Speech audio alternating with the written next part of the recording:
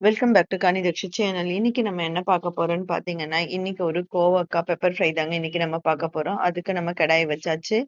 இங்க பார்த்தீங்கன்னா, எண்ணெயும் நல்லா காஞ்சிருச்சுங்க. 1 ஸ்பூன் கடுகு போட்டிருக்கேன். கடுகு நல்லா பொரிஞ்சதுக்கு அப்புறமா, நான் ஒரு 5, 6 பல்லு பூண்ட வந்து நசுக்கி வச்சிருக்கேன். அதையும் நம்ம போட்டுக்கலாம். பூண்டு நல்லா கலர் சேஞ்ச் ஆயிடுச்சுங்க. நீல வாக்குல கட் பண்ணி வச்சிருக்க ஆனியனையும் நான் இதனோட சேர்த்து வதக்கிக்கலாம் நல்லா. இங்க பாருங்க, நல்லா வதங்குறதுக்காக கொஞ்சமா நம்ம உப்பு ஆட் பண்ணிக்கலாம். உப்பு கொஞ்சம் சேர்த்தோம்னா, ஆனியன் கலர் சீக்கிரமாவே சேஞ்ச் ஆயிடும். அதுக்காக கொஞ்சமா நான் சால்ட் சேர்த்துக்கிறேன். இங்க பார்த்தீங்கன்னா, நல்லா வதக்கி விட்டுறலாம். வதக்கி விட்டுட்டு நம்ம நீல வாக்குல நான் கட் பண்ணி வச்சிருக்கேங்க. நீங்க கோவக்காய ரவுண்டா கட் பண்ணாம நீளமா கட் பண்ணி போட்டு பாருங்க. ரொம்ப டேஸ்ட் சூப்பரா இருக்குங்க இது. இங்க பார்த்தீங்கன்னா, நான் கோவக்காவ நீளமா நல்லா கட் பண்ணி வச்சிருக்கிறேன். இப்ப பார்த்தீங்கன்னா, அதையும் நான் இதனோட ஆட் பண்ணியாச்சு. ஆட் பண்ணிட்டு நல்லா வதக்கிக்கோங்க. வதக்கி நீங்க நல்லா மூடி வச்சுட்டு, சால்ட் பார்த்துட்டு மூடி வச்சுருங்க. பார்த்தீங்கன்னா, நல்லா வெந்துருங்க இதுலயே கோவக்கா. இங்க பாருங்க, நல்லா நான் வதக்கி விட்டுட்டு, இதுக்கு தேவையான உப்பையும் நான் இதனோட சேர்த்துட்டு, நல்லா வதக்கி விட்டுட்டு, மூடி போட்டு வச்சுடுறேங்க.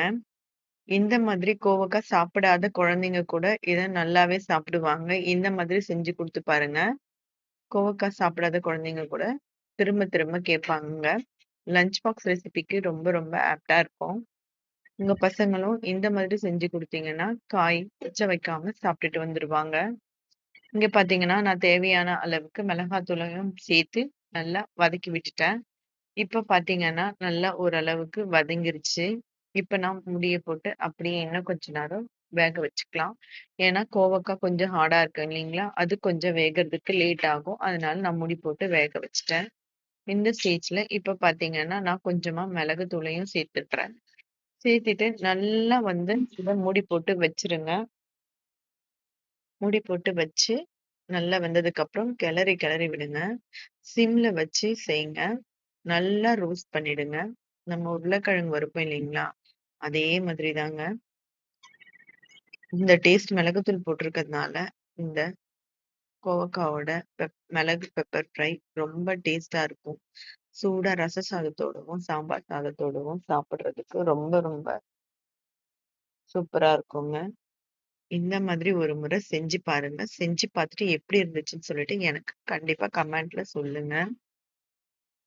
நம்மளோட சேனல இன்னும் சப்ஸ்கிரைப் பண்ணலனா, சப்ஸ்கிரைப் பண்ணி வச்சுக்கோங்க. இங்க பார்த்தீங்கன்னா, இப்ப நல்லாவே கலர் சேஞ்ச் ஆயிடுச்சு. ஆல்மோஸ்ட் நமக்கு நம்ம கோவக்கா பெப்பர் ஃப்ரை ரெடி ஆயிடுச்சு. அடிகனமான பாத்திரம் வச்சிருக்கிறதுனால ஒட்டவே ஒட்டாதுங்க. சிம்ல வச்சு நீங்க அப்படியே மூடி போட்டு விட்டுட்டீங்கன்னா, சூப்பரான கோவக்கா பெப்பர் ஃப்ரை நமக்கு ரெடி ஆயிடுங்க. இத நீங்க தயிர் சாதத்தோட வச்சு சாப்பிடுறதுக்கு சூப்பரா இருக்குங்க. ரசம் சாதத்தோட சுட சுட சாப்பிடலாம். சாம்பார் சாதத்தோட சாப்பிடலாம்.